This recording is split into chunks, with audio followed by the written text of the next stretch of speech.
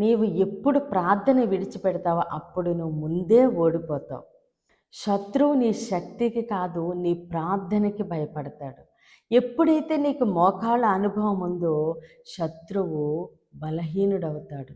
కాబట్టి మనము ఎలా ప్రార్థన చేయాలో, దేవుని యొద్ద నుంచి ఎలా కార్యాలు పొందుకోవాలో, విజయం పొందుకోవాలో మన వాగ్దానంలో నుంచి చూద్దామండి. రోమా 12వ అధ్యాయము 12వ వచనము. నిరీక్షణ గలవారై సంతోషించుచు, శ్రమయందు ఓర్పు గలవారై, ప్రార్థన యందు పట్టుదల కలిగి ఉండుడి. ఆమేన్. దేవుడి రోజు మనతో మాట్లాడుచున్న మంచి మాట, ప్రార్థన యందు పట్టుదల కలిగి ఉండుడి. ఆమేన్. దేవుడు ఈరోజు నీతో నాతో స్పష్టంగా మాట్లాడుతున్నారు. ఏమనంటే, ప్రార్థన యందు పట్టుదల కలిగి ఉండుడి. ఎవరైతే ప్రార్థనలో పట్టుదల కలిగి ఉంటారో వారి యొక్క పరిస్థితులన్నీ ఏమవుతాయంటే నెమ్మదిగా మారతాయి. మనము ఓడిపోవడానికి శత్రువు ఏదో బలవంతుడు అని కాదు, కానీ మనము ప్రార్థనలో బలహీనులం అవ్వటం వల్ల మాత్రమే మనము ఓడిపోతూ ఉన్నాము. కాబట్టి మనకి ఆనందం ఉన్నా లేకపోయినా, శ్రమలు ఎన్నో వచ్చినప్పటికీ కూడా మన కుటుంబంలో, బిడ్డల విషయంలో, మన వ్యక్తిగత విషయంలో సమాధానం లేకపోయినప్పటికీ, మనము ఏ విషయంలో ఎలాంటి పరిస్థితిలో మనం ఉన్నా సరే, మనము ప్రార్థన విడిచిపెట్టే వారంగా ఉండొద్దు. ప్రార్థనలో నిలబడితే మన పరిస్థితులన్నీ కూడా నెమ్మదిగా ఆశీర్వాదకరంగా మారుతాయి.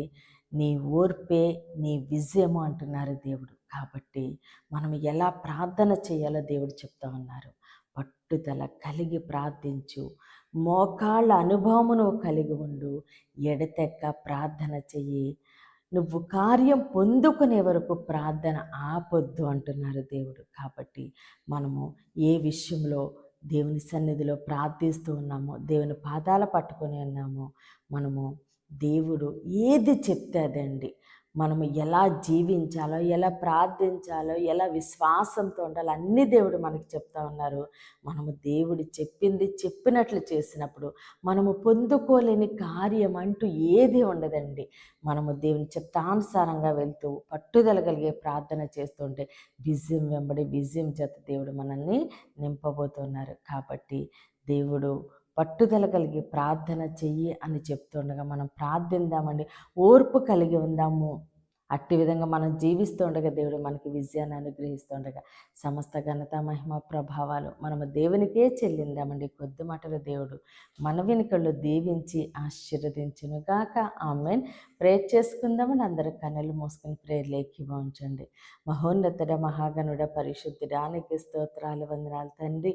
ఇచ్చిన వాగ్దానాన్ని బట్టి వందనాలయ్యా. అవును దేవా తండ్రి, నిరీక్షణ గలవారంగా తండ్రి, ఓర్పు కలిగి దేవా తండ్రి, సహనముతో తండ్రి, పట్టుదల కలిగి మేము ప్రార్థిస్తూ ఉండగా దేవా తండ్రి, అయ్యా ఇచ్చిన ప్రతి వాగ్దానాన్ని మా పట్ల నెరవేరికి దయచేస్తండి. విజయం చేత నింపి తండ్రి నీ నామాన్ని మహిమపరుచుకోమని తండ్రి, ఇచ్చిన వాగ్దానాన్ని తండ్రి మా జీవితంలో నెరవేరికి దయచేయండి. దైవజనుల వారి కుటుంబాలు, సంఘాలు, పరిచర్యని దీవించండి, ఆశీర్వదించండి. యెరూషలేముకి యేసు నామములోనే క్షేమము కలుగును కాక.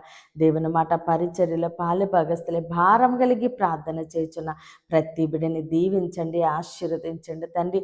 ఏ బిడ్డ ఏ కార్యం కొరకు ఎదురు చూస్తున్నారో తండ్రి, వారి జీవితాల్లో మీరు కార్యాలు జరిగించి తండ్రి, అనారోగ్యంతో ఉన్న బిడ్డలకి తండ్రి సంపూర్ణ స్వస్థత, విడుదల దయచేయండి. వివాహాల కొరకు ఎదురు చూస్తున్న బిడ్డల ఘనమైన వివాహములు జరిగించి తండ్రి, ఈరోజు పుట్టినరోజు, పెళ్లి రోజు జరుపుకుంటున్న ప్రతి ఒక్కరికి సంవత్సరాన్ని ఒక ఆశీర్వాదకరంగా ఉంచి, మూయబడిన ప్రతి గర్భాన్ని తెరిచి దేవా తండ్రి, నువ్వు ఇచ్చిన ప్రతి వాగ్దానాన్ని నెరవేరికి దయచేయమని యేసుక్రీస్తు అతి పరిశుద్ధ నామమున బ్రతిమాలి వేడుకుంటున్నామా తండ్రి. ఆమేన్, ఆమేన్, ఆమేన్. దేవుడు మిమ్మల్ని మీ కుటుంబాన్ని దీవించి ఆశీర్వదించునుగాక. ఆమేన్.